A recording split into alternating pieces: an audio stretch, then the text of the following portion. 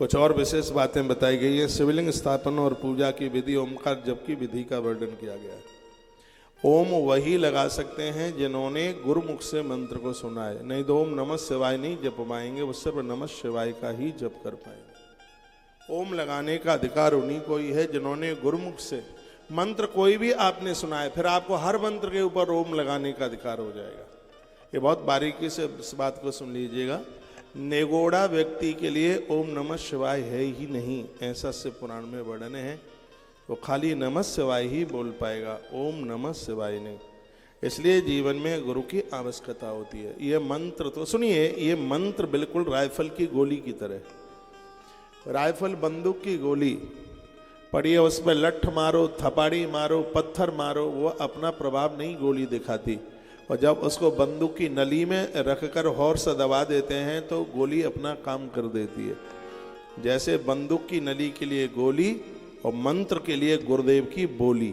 गुरुदेव की बोली भी बिल्कुल राइफल की गोली की तरह, गोली फिसल जाएगी लेकिन ये बोली नहीं फिसल सकती। और मंत्र सिद्ध हो जाता है जब उसको गुरुमुख से सुना जाता है। इसलिए गुरुजनों के सानिध्य में बड़ी शुद्धता के साथ गुरु लोग 5 बार दीक्षा देते हैं तो मंत्र का उच्चारण करवाते हैं, उसमें कहीं अशुद्धि न हो जाए, क्योंकि इसमें विसर्ग का भी यदि अंतर आ गया तो इसके परिणाम हैं वह अपने आप में बिल्कुल विपरीत हो जाएंगे। तो ओम लगाने का अधिकार उन्हीं को ही है। बोलते भले ही रहिए लेकिन उसका कोई फल होगा नहीं। गुरुमुख से मंत्र सुनने पर ही हम उसको ओम नमः शिवाय, किसी भी मंत्र के आगे ओम, तब ही उसमें हम लगा पाते हैं, पुण्य मिलता होगा। लेकिन जो संपूर्ण बात कही गई है, जो कहते हैं ना मंत्र की सिद्धि है, तो गुरु मुख से सुने बिना मंत्र में सिद्धि कभी आ ही नहीं सकती। इसलिए हमारे यहाँ एक गुरु और शिष्य की परंपरा अनादिकाल से बनाई गई है। तो अनुकूले शुभे काले पुण्य तीर्थे तटे तथा यतिष्ठम लिंग आरोप्यम ये तृष्णातिम अर्चनम। जब भी कभी नदी के किनारे आप स्नान करने को जाते हैं तो शिवलिंग अपने घर से लेके जाइए। ये प्रतिमाएं 2 प्रकार की होती हैं, चर और अचर। जो अचर है उसको तो एक जगह स्थापित कर दिया जाता है, जिनको प्राण प्रतिष्ठित किया जाता है। लेकिन जो चर है उसे आप कहीं भी उठा के लेके जा सकते हैं। जैसे हम गोपाल जी को यहाँ रखे हैं, इधर शंकर जी, हनुमान जी, गणेश जी और इसमें सुखदेव भगवान इस एक सिंहासन में बैठे। जहाँ भी हम कथाओं में भगवान को संग ले लेकर के जाते हैं, इनको चर प्रतिमाएं कहते हैं। इनको आप कहीं भी ले जा सकते हैं। आप भाग्यशाली हैं, गंगा माई आपके पास में है। तो वर्णन है, कहा गया अनुकूले शुभे काले पुण्य तीर्थे तटे तथा। आप रोज नहीं जा सकते हैं तो भैया माइक कम है आज, तो जब आपको समय मिले सुन ले, अनुकूल समय में, पर्व के समय में आप महादेव की पिंडी को संग लेकर के जाइएगा। और वो भी आप नहीं ले जा सकते हैं तो कोई भी नदी है उसकी बालू के शिवलिंग बनाइए। पार्थिवेन तथा पेनम, पार्थ यानी मिट्टी के शिवलिंग, उनको बना करके उनका पूजन कीजिएगा। प्रथमम मृक्षलादिभ्यो लिंगम लोहादिव कृतम। सबसे अद्भुत जो शिवलिंग हैं वो मिट्टी के ही शिवलिंग ज़्यादा प्रभावशाली है, बहुत ज़्यादा उनका प्रभाव है। फिर नीलम रक्तम च वैदूर्यम श्यामम मार्कतम, तथा ये कथा के पहले दिन में बोल रहा था, नवरत्न के शिवलिंग भी बड़े प्रभावशाली है। लेकिन इनकी एक ही एक पिंडी आप अपने घर रख पाएंगे। ऐसे नर्मदेश्वर हैं जो एक से अनेक अपने घर रख सकते हैं। आप चांदी के रखते हैं, एक ही शिवलिंग रख पाएंगे। मूंगा के एक ही, नीलम के एक ही, मोती के एक ही, गोमेद के एक ही, हीरा का एक ही शिवलिंग आप रख पाएंगे। ऐसे बाणलिंग, बाणलिंग दूसरा नाम नर्मदेश्वर है इनका, इनको एक से अनेक अपने घर में रख सकते हैं। नीलम रक्तम च वैदूर्य श्यामम मार्गतम तथा मुक्ता प्रभाल गोमेद वज्राणी नवरत्नकम। ये 9 तरह के, ये क्यों बोलते हो भाई, इधर से क्यों इतनी आवाज आती है, जरूरी होता है बात करना। ये 9 तरह के ये शिवलिंग की बात बताई गई। एक बात बड़ी सुंदर बात कही गई है, जिस धातु का शिवलिंग है उसी धातु की उसकी जलेरी यानी उसकी पीठ होनी चाहिए। लेकिन एक ऐसे नर्मदेश्वर हैं, पाषाण के नर्मदेश्वर, उनकी जलेरी है वो चांदी की हो। तो उसका बहुत ज़्यादा प्रभाव है अपने आप में। नहीं तो पारदेश्वर आपने बनाए हैं तो नीचे पारद का नीचे का भी हिस्सा फिर वही होना चाहिए। आपने काष्ठ के शिवलिंग बनाए हैं तो वो नीचे वही होने चाहिए। पीतल के आपने बनाए तो भी नीचे के उसी धातु के होने चाहिए। लेकिन ऐसे भगवान प्रभु श्री नर्मदेश्वर हैं जिनके लिए कहा गया है कि इसमें आप रजत चांदी इसके ऊपर से गिरा हुआ पानी पितृलोक तक हमारे पूर्वजों को जाकर के संतुष्ट करता है। इतनी बड़ी महिमा। ये बातें सब मैंने पूर्व में बोली हैं। आश्रम से बहुत शिवलिंग भक्तों को प्रदानित भी किए गए हैं, बहुत दिए हैं। 5-4 साल में मुझे लगता है लाखों घरों में शिवलिंग पहुंचाए होंगे आश्रम ने, इतना काम किया है। तो आपके घर में शिवलिंग है, थोड़ा थोड़ा पैसा बचा के एक 9-10 हज़ार रुपये की शिवलिंग की नीचे की जलेरी बन जाती है। अब थोड़ी चांदी महंगी हो गई है तो 1000-2000 और ज़्यादा बढ़ गया होगा। जब 60,000 के रेट में थी तब 9,500 में नीचे की जलेरी बन रही थी। अब मुझे पता नहीं है चांदी का रेट क्या है, तो कुछ बढ़ गया होगा। तो अपने शंकर जी का नाप दे करके और ये जलहरी आप बनवा लें। आप किसी भी देवी देवता के भक्त क्यों नहीं हैं, आपके घर में भगवान शिव की पूजा होनी ही चाहिए। वर्णन क्या है? संध्या योश सहस्रमा गेह शिव पद प्रदम जप काली मकारांतम मन शुद्ध करुम भवे। पूजा में बैठने से पहले जप करो, ये इसमें स्पष्ट वर्णन किया है। क्योंकि पूजा में नहीं आपको उबासी आएगी, आपका मन नहीं होगा, आपको आलस्य प्रमाद होगा। यदि जप करके फिर पूजा में आप बैठेंगे तो पूजा में आपका पूरे रूप से मन लगेगा, भगवान को निलाने में मन लगेगा, वहाँ बैठने में मन लगेगा।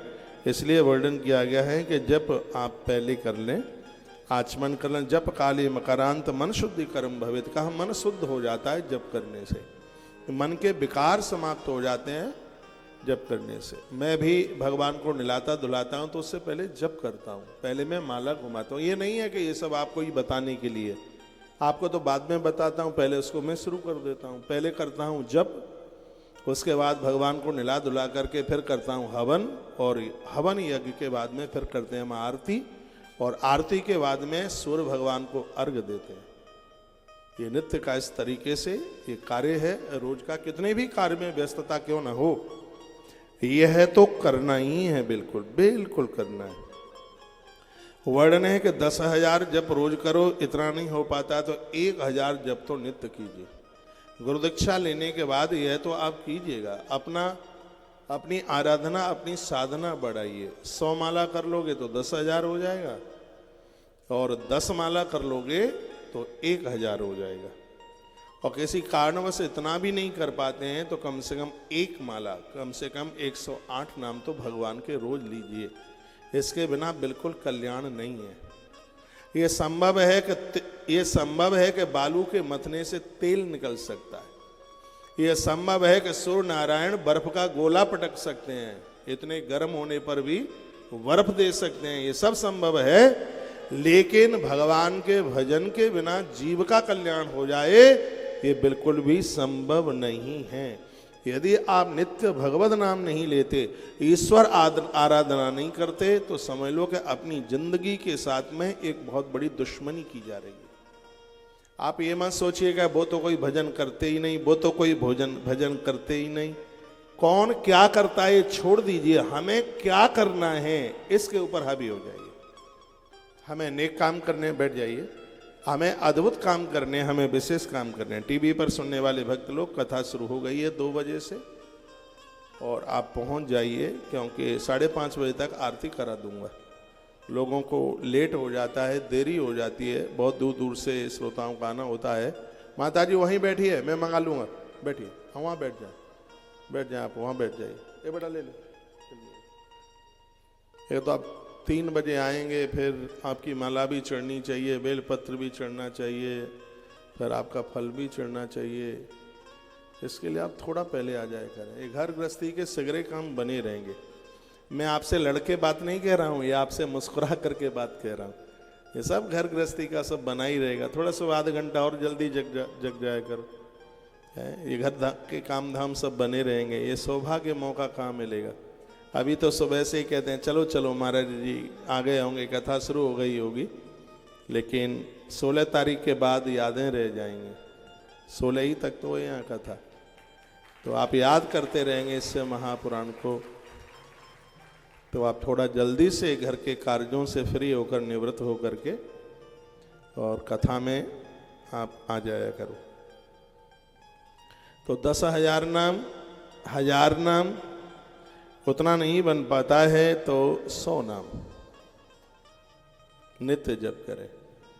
सौनक्षियों ने सूत जी को पूछा कि आप यह बताएं कि मंत्र दीक्षा, देखो लिखा है प्रणवेनाद संयुक्तम ब्राह्मणानाम विशिष्यते दीक्षा युक्तम गुरुग्राह्यम मंत्रम यात फलाप्तये। बोलो बांके बिहारी लाल की जय हो। श्री हनुमान जी महाराज की जय हो। जय जय श्री राधे श्याम। कुंभ स्नानम मंत्र दीक्षा मातृका न्यासमेव च ब्राह्मण सतपूतात्मा गुरु ज्ञानी विशेषता।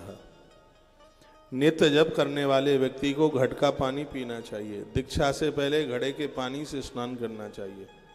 दीक्षा से पहले जमीन में सोना चाहिए। दीक्षा से पहले एक दिन पहले अन्न छोड़ देना चाहिए। पंचगव्य, गौमूत्र, गौ दुग्ध, गाय का घृत, गोमय, ये 5 चीजें मिलाकर के और उसको लिया जावे।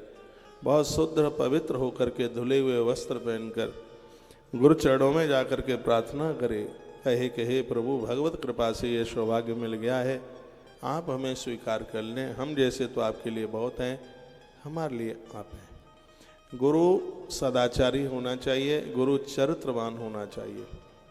मैं निवेदन करना चाहूँगा, चरित्रहीन गुरु को त्यागने में कोई दोष नहीं लगता। चरित्रहीन पति को त्यागने में कोई दोष नहीं लगता। चरित्रहीन पत्नी को त्यागने में कोई दोष नहीं लगता। चरित्रहीन पिता को त्यागने में भी कोई दोष नहीं लगता। चरित्रहीन साधु को त्यागने में 1% भी कोई दोष नहीं लगता, ऐसा हमारे ग्रंथों में लिखा। लेकिन दीक्षा देते हैं तो ऐसा पक्का करके इसी खूंटे पर बंधे रहे ना, अपराध लग जाएगा यदि यहाँ से गए तो। किसी की कथा नहीं सुननी है, हम आए तब हमको ही सुन के आना, हमारे ही पास आना, हमें ही प्रणाम करना और हमें ही माला पहनाना, हमें ही दक्षिणा देना, ये सब बातें बोल देते हैं दीक्षा देने से पहले। ऐसा कुछ भी नहीं है। जो भी कोई आता है आपके नगर शहर में, सबको दर्शन करने के लिए जाइए, सबकी कथा सुनने के लिए जाइए। वशिष्ठ के शिष्य हैं राम, लेकिन वो विश्वामित्र जी महाराज का आदर करते हैं, उनके साथ उन्होंने समय निकाला। ये संत तो सब गुरु ही होते हैं। सब साधुओं का आदर होना चाहिए, संत का सत्कार होना चाहिए। ऐसा नहीं होता कि अपने गुरु जी के गले में 5-5 माला डालें, किसी और का गुरु है और उसका अपराध कर दें, उसका अपमान कर दें। नहीं, कभी भी नहीं। अच्छे गुरु का जो शिष्य है वो सबका आदर करता है। आपके यहाँ जो भी कोई आवे, हाथ जोड़ करके न्योता दीजिए, कहिए गुरुवर आप हमारे यहाँ पधारिएगा। ऐसा बताते हैं कि जिस दिन घर में ननद आ जाए, जिस दिन घर में ननद का बेटा आ जाए, जिस दिन घर में बहन आ जाए, जिस दिन घर में बहन का बेटा आ जाए, जिस दिन घर में जामाता आ जाए, जिस दिन घर में गुरु आ जाए, उस दिन उस परिवार को गंगा सागर यात्रा करने का फल प्राप्त हो जाता है। ऐसा ब्रह्म पुराण के अंतर्गत लिखा है। भले ही आपने उनसे दीक्षा नहीं ली है, कोई भी है संत गुरु आपके यहां पधारे, यदि ऐसा हो गया है, गुरुजन आया, आपको गंगा सागर की यात्रा का फल तत्काल प्राप्त हो गया। बहन के बेटे से पाम नहीं छुपाए जाते, वो मामा मामी के पाम नहीं छूता है, ये छूते हैं उनके। दामाद से भी पाम मत छुपाया करो, वो बड़ा पूज्य है, तुम्हारी बेटी से भी ज्यादा पूज्य है। जिसके पाम आपने मंडप में छुए हैं, उससे पाम कैसे छुपाएंगे आप? अब आप कहोगे जमाता तो बेटा होता है, तो मैं भी तो आपका बेटा हूं, नीचे आके मैं पाम छू लूं? आप नहीं छुपाएंगे, क्योंकि आपने मेरे पाम छुए हैं इसलिए। तो दामाद के जामाता के कभी भी पाम नहीं उससे छुपाए जाते। बेटी का जो बहन का जो बेटा है, जो तुम्हें मामा या तुम्हें मामी कहता है, पुण्य क्षीण हो जाएंगे, उससे कभी पाम मन छुपाना। बहुत जगह लौकिक परंपराएं होती हैं और उनसे पाम छुपाते हैं। नहीं पता है तो व्यासपीठ से सुन लीजिए, मैं आपको कंफ्यूज नहीं करूंगा। मुझे वही बात कहनी है जो व्यासपीठ की बातें मेरा और आपका कल्याण करे, तो वही बात मैं निवेदित करूंगा। तो मंत्र दीक्षा मातका न्यास में बचा ब्राह्मण सत्यपूतात्मा गुरु ज्ञानी विशेषते। ब्राह्मण को आप गुरु बना रहे हैं, वो भी सत्यवादी हो, पूतात्मा पवित्र हो, चरित्रवान हो, चरित्रहीनता ना हो, वो अपनी शिष्या को बेटी नहीं बेटी से ज्यादा माने, उसकी आंखों में कहीं किसी भी प्रकार की वासना ना हो। इसलिए तो हम कहते हैं कि बहुत प्रतीक्षा के साथ, बहुत इंतजार के साथ में गुरु दीक्षा, इसमें जल्दी नहीं होनी चाहिए। वैसे भी गांवों की कहावत है, पानी पीना छान कर और गुरु करना जानकर। आज दीक्षा के लिए जिनका कैलेंडर पर फोटो छपता है उनसे दीक्षा लेनी है, टीवी में बहुत आते हैं उनसे दीक्षा लेनी है, अखबार में जो बहुत आते हैं उनसे दीक्षा लेनी है, जिनसे बड़े लोग जुड़े हैं उनसे दीक्षा लेनी है। नहीं, बड़े लोग जुड़ने से कोई गुरु बड़ा नहीं होता।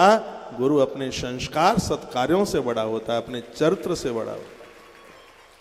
ऐसा ही गुरु, गोपाल जी, ऐसा ही गुरु हमारा कल्याण कर सकता है, जिसके प्रति शिष्य की श्रद्धा बनी रहे। वो तुमसे बात नहीं कर पाता, ये कोई दोष नहीं है।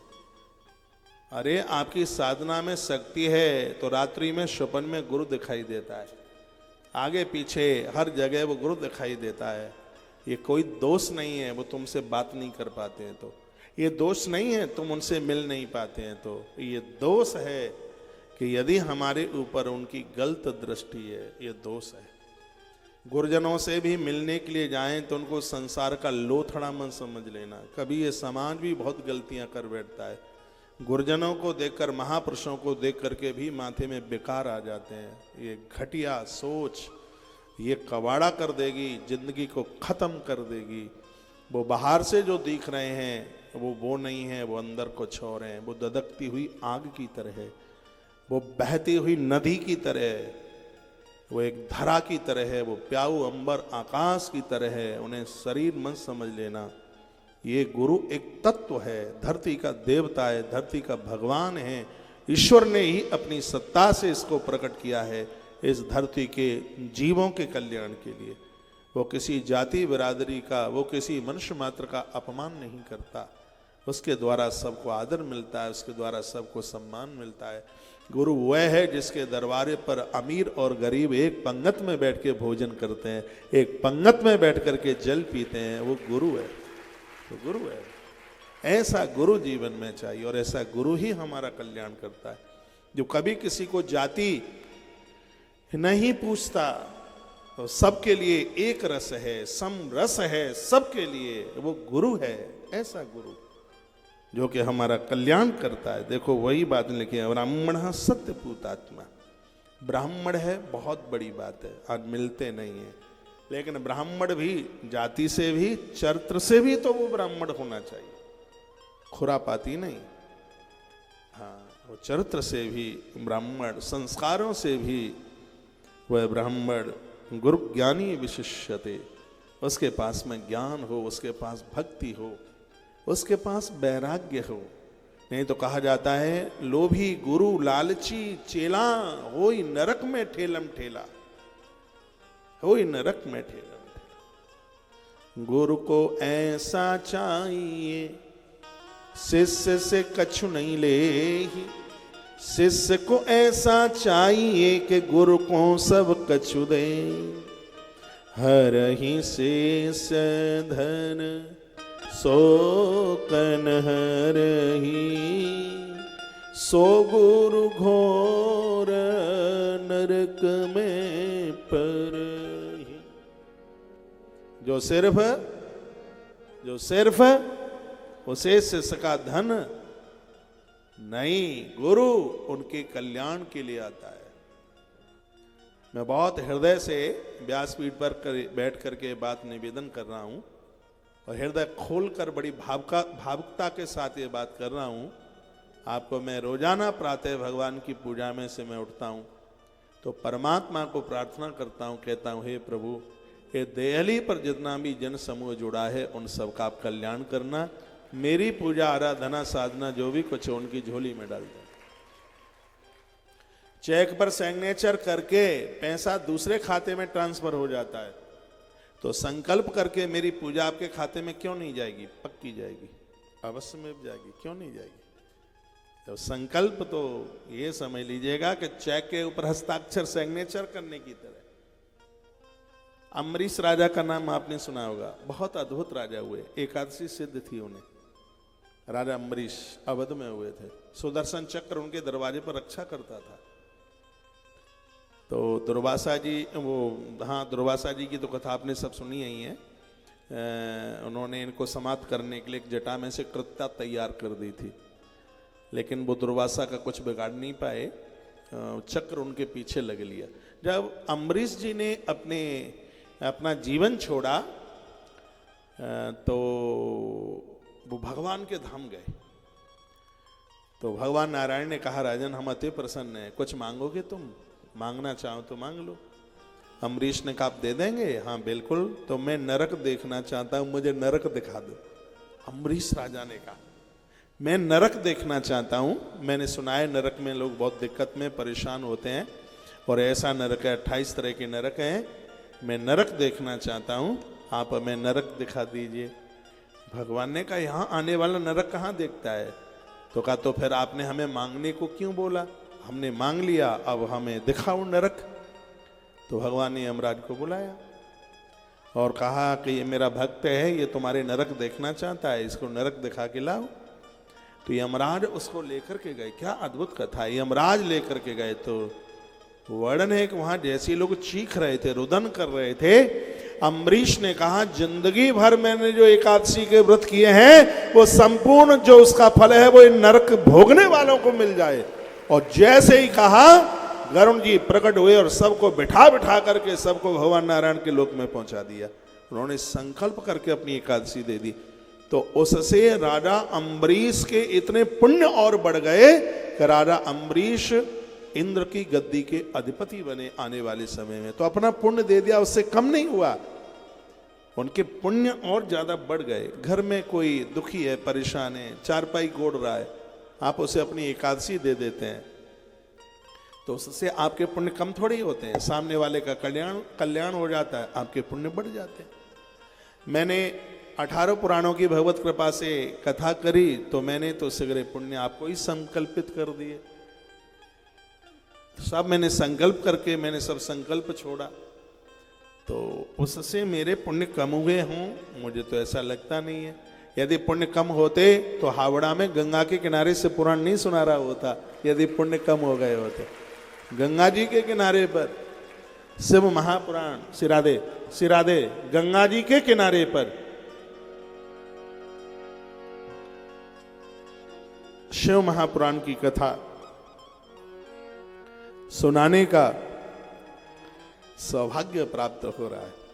हे भगवान, मैं आपसे प्रार्थना करता हूं और संकल्प करके कह रहा हूं, 2023 में यदि मुझसे कुछ भी अच्छा हुआ हो, जो बुरा हुआ है वो मेरे लिए, जो भी हमसे कुछ अच्छा हुआ है सब भक्तों की झोली में डाल दीजिए। प्रभु आपसे प्रार्थना है, आप इन्हें स्वस्थता दें, इन्हें आप आनंद दें। मैंने तो कर दिया सिग्नेचर पर, मैंने तो कर दिया चेक के ऊपर हस्ताक्षर, इसको तो ट्रांसफर होना ही है, पक्का होना।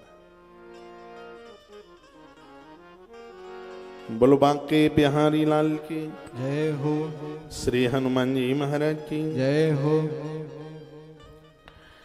तो ऐसे कोई महापुरुष मिल जाएं तो अयुतम च सहस्रम च शतमेकम बिना भवित, शतमेकम 100, सहस्रम 1000, अयुत 10,000। कम समय है तो कम से कम 100 नाम, एक माला।